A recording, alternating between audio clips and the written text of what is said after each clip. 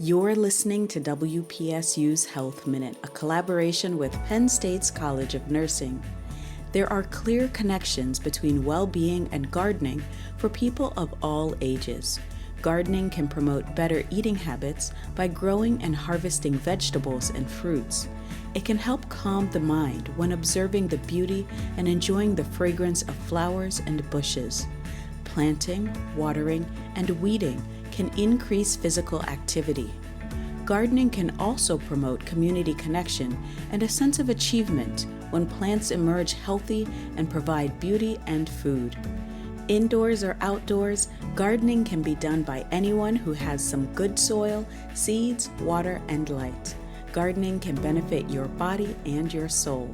For all our episodes, visit wpsu.org/healthminute. I'm Shireen Stanford, WPSU.